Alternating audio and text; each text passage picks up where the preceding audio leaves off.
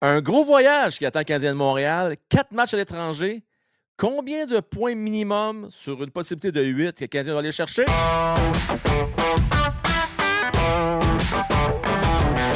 On est accompagné de notre cher ami Julien Landry-Trépanier. Comment est-ce qu'il va, mon Julien? En pleine forme, la voix un petit peu plus fatiguée, elle, par exemple. Mais bon, on va passer au travers Ah, pareil. ça va se replacer. C'est la première personne avec qui tu parles le matin, là? Aujourd'hui, ouais, oui. Mais là, je le sens que ma voix est un petit peu plus rauque, là. Mais c'est bon. Ah, ça va se placer, mon gars. Tu vas voir au fur et à mesure. On va se délier la langue, mon ami. Tu vas voir, ça va y aller au toast. On a bien des affaires à jaser. Mhm. OK. Gang, écoutez bien ça, là. Le Canadien de Montréal nous a habitués à gagner des grosses games contre des grosses équipes ou, dans les pires des cas, comme on l'a vu samedi, peut-être pas gagner, mais au moins aller chercher un point précieux en trouvant une façon, hein, de ramener dans la game, Oui. même si tu es l'arrière par 3 buts en troisième période. Fait que, oui, ça va peut-être prendre un miracle pour aller chercher 6 ou 8 points sur les 4 prochaines games, mon Julien. Mais les Canadiens nous ont habitués depuis déjà 2 mois et demi, si ce n'est pas 3, qui sont capables de faire ces miracles-là. Ouais. Écoute, moi, je suis excité de voir la semaine qui vient parce que ça fait déjà une semaine ou deux là, que j'ai vu ce point névralgique-là, si je peux dire ça, dans le calendrier. Oui. Puis écoute, là, c'est la gros voyage. Des matchs à l'étranger aussi. Ce que je trouve intéressant, c'est que le Canadien, dans les derniers voyages importants, ben dernier, on peut reculer jusqu'au mois de décembre, en fait, là. Le voyage du temps des fêtes qui est toujours tellement désastreux pour le Canadien, ils s'en ont bien sorti cette année. À cause principalement qu'ils sortent fort en première période d'habitude pour imposer le momentum. Ouais. Puis, tu sais, là, c'est drôle, hein, parce on se parlait souvent de l'identité du CH aussi, là, qu'on était c'était dur à identifier pinpoint, là, tu sais, exactement c'est quoi cette identité-là. Oui, là, on le sait, là. Là, l'échec avant, on est forcé d'admettre que oui, écoute, l'échec avant du Canadien, quand elle fonctionne, quand elle est mise en place dès les débuts du match, le Canadien performe très bien. Puis quand c'est pas le cas, ben ça prend une période où ils réussissent à l'installer pour changer l'allure du match. On l'a vu samedi. Puis je te dirais, tu sais, j'ajouterais aussi en termes d'identité parce que, tu sais, on pourrait sortir plusieurs Mhm. caractéristiques, là. Mais c'est une équipe qui joue en équipe. Oui. C'est-à-dire que tout le monde pousse dans la même direction. Puis chacun accepte son rôle puis le fait de belle façon. Tu sais, si on regarde des Galley, des Chandlerson, les gars de bottom six, comme on dit, là, Mhm. les gars de troisième, quatrième trio sont très bons. On n'a pas de deuxième trio tant qu'à moi encore aujourd'hui, mais on a un premier trio élite actuellement Oui. avec Cole, Nick et puis Uri. Et ton troisième, quatrième trio, là, ça peut se comparer à n'importe quel troisième, quatrième Mhm. dos dans la ligue, que ce soit point de vue défensif, ce point de vue échec avant, comme tu le Oui. mentionnais. Ils font la job pas à peu près. Fait qu'imagine-toi l'année prochaine, quand on va avoir un vrai deuxième trio, comment ça va être bon, cette équipe-là. Oui, puis je pense que c'est pour ça que le Canadien commence à faire peur à bien des équipes aussi. Ouais. Je veux qu'on parle dans un premier temps, parce qu'on affronte 4 équipes Oui. dans ce voyage-là à l'étranger pour ce qui est du Canadien de Montréal. Donc, on le sait, on le dit souvent, mais c'est la réalité. Mhm. C'est ça passe ou ça casse. Parce que tu te ramasses avec une victoire sur 4, c'est fini, là. Je veux dire, Ça va être je ne difficile. peux pas croire que les Rangers vont toutes les deux perdre toutes leurs games d'ici les 4 prochaines games, Mhm. à moins que vous croyiez au miracle. Première game, ça commence. Ça va être rough. On va se le dire, ça va être rough. Pourquoi? Parce qu'on va affronter une des équipes les plus hautes actuellement dans la nationale de hockey. En fait, je vais pousser plus loin, là, Julien. Mhm. On va affronter, dans ce voyage-là, deux équipes qui sont très, très hot dans leurs 10 derniers Oui. matchs. À commencer avec les Blues de Saint-Louis, qui ont 6 victoires de suite, sont 8 victoires, une défaite en prolongation dans leurs 10 derniers matchs. Tout un défi. Les Blues, tout comme le Canadien de Montréal, qui se bat pour conserver leur place en série, qui ont par contre plus de matchs en main que leurs rivaux, qui sont les Flames de Calgary, entre autres.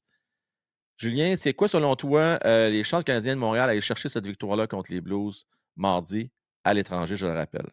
Mais écoute, pour être honnête, Frank, je pense que les chances sont quand même bonnes contre les Blues de Saint-Louis dans l'optique où le Canadien, surtout à l'étranger, comme j'ai mentionné un peu tantôt, là, ont tendance Oui. à mieux imposer leur rythme en début de match. J'espère qu'ils vont continuer sur cette tangente-là. Puis, c'est un style de jeu qui peut devenir vite étouffant pour une équipe à domicile. Même si l'équipe est en feu en ce moment, on l'a vu avec les Sénateurs d'Ottawa, Frank, en fait. Ouais. C'est sûr que là, le Canadien était sur une meilleure séquence contre les Sénateurs qu'ils sont présentement contre les Blues. Mais clairement, le Canadien est capable de jouer les troubles fêtes dans cette partie-là. Bon, est-ce qu'il faut compter les Blues pour battus pour autant? Non. Mais moi, la constante que je vois pour le Canadien, c'est que j'ai l'impression qu'ils ne perdront pas beaucoup de matchs en temps réglementaire d'ici la fin de la saison. C'est drôle que tu amènes ça parce que, écoute, je vais vous le dire tout de suite, là. Regarde, moi, je donne 5 points sur une possibilité aux Canadiens, Oui. OK? Je vais vous dire selon moi, puis là, ça reste. Écoutez, gang, là, vous êtes aussi bons que moi pour dire ce qui va se Oui, passer. oui. C'est loin de la science exacte. Hey, on en a eu la preuve. Le Canadien a joué de la meilleure game de l'année contre les Islanders. Ils l'ont perdu pareil, là, parce que, bon, Monty ne l'avait pas ce soir-là. Il faut que les planètes soient toutes alignées. Oui. Fait que c'est pas parce que les Canadiens dominent qu'ils vont nécessairement gagner ce match-là. Moi, contre les Blues, là, c'est drôle, je pense que ça va être une défaite en prolongation, encore une fois, malheureusement. Et ça, c'est un ajustement qui doit être fait du côté canadien de Montréal. Je pense qu'en fusillade, on n'est pas une menace tant que ça. Puis je m'explique, là. On n'a pas le meilleur gardien de but de la Ligue en fusillade. C'est correct, là, il fait le job, mais c'est pas dans les tops de la Ligue. Puis, à part Suzuki puis Cole, pour les autres, puis même on dirait que Suzuki a manqué sa touche. Tu sais, là, on son recul, il y a 2 ans, là, il était tellement bon en tir de fusillade, puis en tir de barrage. Puis finalement, je le regarde aller depuis l'année passée, là, on dirait qu'il a perdu cette touche magique-là qu'il avait. Il y a beaucoup d'hésitation, on dirait. Il ralentit beaucoup quand il se présente. Puis pour moi, ça, c'est des points qu'on laisse à la table. Donc, le point suivant, le Canadien doit miser sur leur 3 contre 3.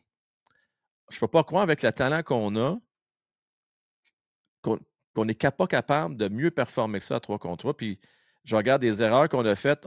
Des fois, on n'est pas assez patient pour s'installer avec, tu sais, on regarde avec Nick puis Cole et Hudson. En principe, là, c'est 3 gars dynamiques qui sont capables de distribuer la rondelle. Puis j'aimerais en voir un peu plus d'eux autres à 3 contre 3. J'espère qu'on va le pratiquer un peu plus d'ici la fin de l'année. Mais tu as raison, Frank. Puis, tu sais, au final, par contre, je suis peut-être pas d'accord avec toi sur la façon d'arriver à être meilleur à 3 contre 3 pour le Canadien. Moi, je pense que c'est pas en s'installant, c'est en contre-attaquant davantage. C'est au niveau justement, là, avec un Lane Hudson, avec un Matt. Avec plus de... Donc, un meilleur contre-attaque. Oui, une meilleure récupération de cette rondelle-là aussi. D'être plus parce que le Canadien n'est pas très bon pour acquérir l'acquisition de la rondelle rapidement. C'est vrai, 100%. Pas pour rien qu'on met Dvorak sur le premier. Puis au final, tu es souvent désavantage, je peux dire ça comme ça, sur ton premier 3 contre 3 pour le Canadien. Puis là, s'il ne récupère pas la rondelle, mais là, tu es embourbé en partant ton 3 contre 3 avec un Dvorak sur la glace. En tout cas, moi, je pense que c'est beaucoup au niveau de la contre-attaque que le Canadien doit être meilleur, justement, à récupérer les rondelles libres à 3 contre 3. Je pense que c'est là la difficulté qu'on a, peut-être plus. Parce que là, mon point, là, puis pourquoi je constate que c'est hyper important de parler du 3 contre 3, c'est qu'on a laissé 3 points sur la table dans les 2 dernières semaines. Clairement. Contre le Kraken, contre les Islanders et contre les Avalanches Colorado samedi. Ces 3 points-là, peut-être, va en chercher 2 sur 3, fait en sorte que là, ben, tu as une confortable avance. C'est peut-être moins, entre guillemets, question de vie ou de mort, ce voyage-là. Ben, en fait, tu es en compétition avec les Sénateurs si tu arrives à aller chercher. C'est ça, exact. Alors, c'est quelque chose qui doit être considéré. Prochaine équipe qu'on va affronter, écoute, c'est une équipe que c'est pas facile cette année, les Flyers. On regarde au niveau des plus et des moins, ils sont à moins 47. Tu sais, techniquement, là, je veux dire, Canadien, là, si on se donne là, moindrement, là, on devrait sortir gagnant cette nuit. En principe, là, on s'entend. Frank, si on est honnête, les Flyers ne veulent pas gagner. Fait que, je veux dire, tu peux pas te permettre d'échapper ça. Là. Les Flyers, juste pour vous donner une idée, gang, présentement, là, c'est la pire équipe de la Ligue nationale de hockey avec une victoire, 8 défaites, une défaite en prolongation dans leurs 10 derniers matchs. Si on échappe ça, esti, ça fait penser des matchs qu'on a perdus des fois contre des équipes, si on se rappelle, qui étaient, c'était-tu les Sharks de San Jose, à un moment Ouais. donné? C'était la pire équipe de la Ligue, avait comme 13 défaites de suite, quelque chose comme ça. Puis le Canadien trouve le moyen de garder ça serré jusqu'à la fin. Il faut gagner ce match-là, absolument. Fait que pour moi, c'est un 2 points qu'on devrait mettre en banque le Canadien de Montréal. Vraiment. On poursuit avec l'autre équipe. C'est vraiment une montagne russe, ce voyage-là. Le troisième match qu'on va avoir, c'est contre les Kings de la Caroline, qui, eux, ont une fiche de 9 victoires, une défaite. C'est l'équipe de l'heure. Hein. Les Kings avec les Capitals sont en feu. Mm-hmm. Sont en feu solide. Je vais laisse aller voir. Je pense qu'il y avait les Kings aussi qui ont la même fiche. Laisse-moi juste valider. Là.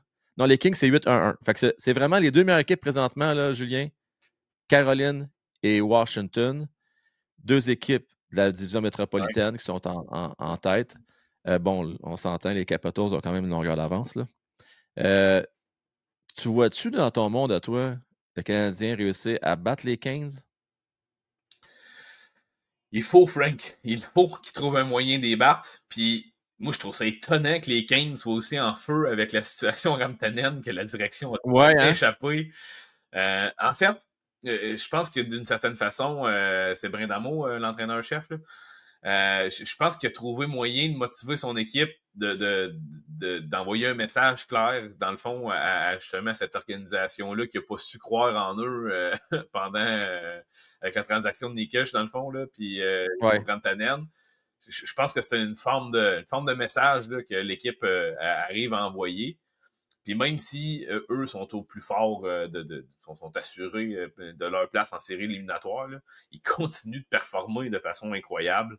Écoute, faut que le Canadien trouve une façon, comme je te dis, Frank.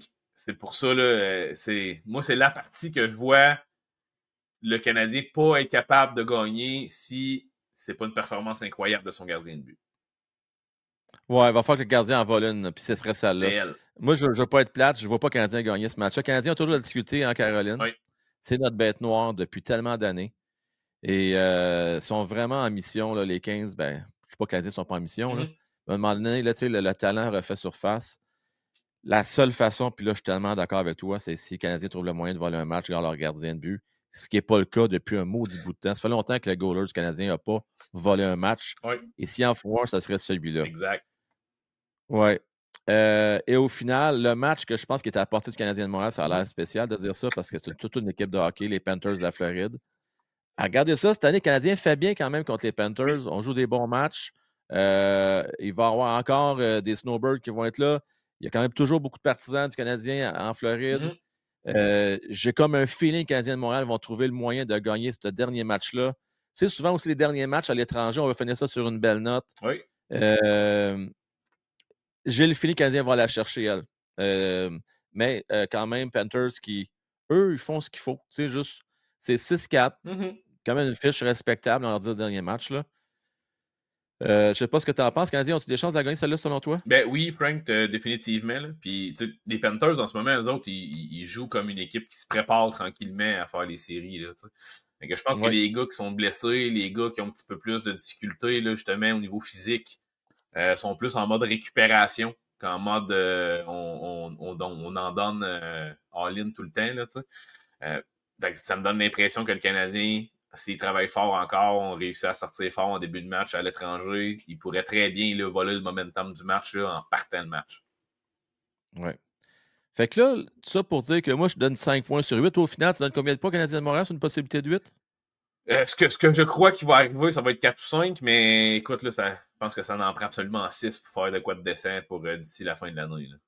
OK. Alors, moi, je pense 5. Ce qui va faire qu'on va peut-être être à 1 point de faire les séries. Ça va être stressant. Ben oui, ça va être stressant. C'est comme ça. Ça va être de même jusqu'à la fin de l'année, gang. Mais en étant juste 1 point derrière les Islanders de New York, si eux gagnent leur match, ou les Rangers, qui ont toutefois plus de matchs joués que le Canadien de Montréal, le Canadien va être encore dans la course. Ça va être ça la bonne nouvelle. Pour sauver les meubles, selon moi, ça prend au moins 5 points. Si tu as 4, tu commences à te mettre dans le trouble. Si tu es 2, tu es vraiment dans la merde. Tu peux quasiment dire que c'est terminé. Fait que le Canadien ne peut pas sortir ce voyage-là avec une seule victoire. Idéalement, 6. Mais si tu veux sauver les meubles, c'est 4 ou 5 minimum. Minimum. Julien, gros merci à toi. Toujours un plaisir de faire ça. Jeudi, on est tous ensemble pour le prochain match canadien de Montréal? Écoute, j'ai pas vérifié mon horaire à 100% ce matin, là, mais... Je te laisse regarder ça. Juste vous dire les horaires pour les matchs, ça n'a pas manqué à ma compagnie. Donc, notez bien l'heure. L'avant-match avec les membres du vestiaire de 20h contre les Blues mardi. Jeudi, Canadiens Flyers, donc à 19h. Encore là, avant-match avec moi, avec les membres de 19h. Et c'est pas compliqué. Là. Pour tous ceux qui ne sont pas membres payants, bien, on a la deuxième, troisième période ensemble, comme à l'habitude. Oui. Et puis, l'autre match qu'on va faire cette semaine aussi, il n'y a pas de match, hein, prenez ça en note samedi. Là, on a un congé samedi. Contre les Hurricanes de la Caroline un vendredi. Donc, c'est probablement un des deux matchs. Là. Je ne serais pas surpris, on a parlé avant ce show-là, Julien, tantôt, là, avec les membres. Là. Oui. Peut-être mettre un double contre les Flyers, vu que c'est 2 matchs en 24 heures. Et l'autre match par la suite contre les 15, il y allait avec Samuel Montembeault. Je pense que c'est ça le plan pour l'instant. De fortes chances. Merci à tous, la gang. Si ce n'est pas déjà fait, je vous invite à mettre votre pouce pour le support de la chaîne. Et si vous voulez voir des shows au complet qui sont en direct le matin, mais qui sont disponibles en pression en tout temps, je vous invite à vous abonner à la Loge du Président. Merci, mon Julien. Merci tout le monde. Merci, Frank. Salut tout le monde. Ciao, la gang. Yes, sir.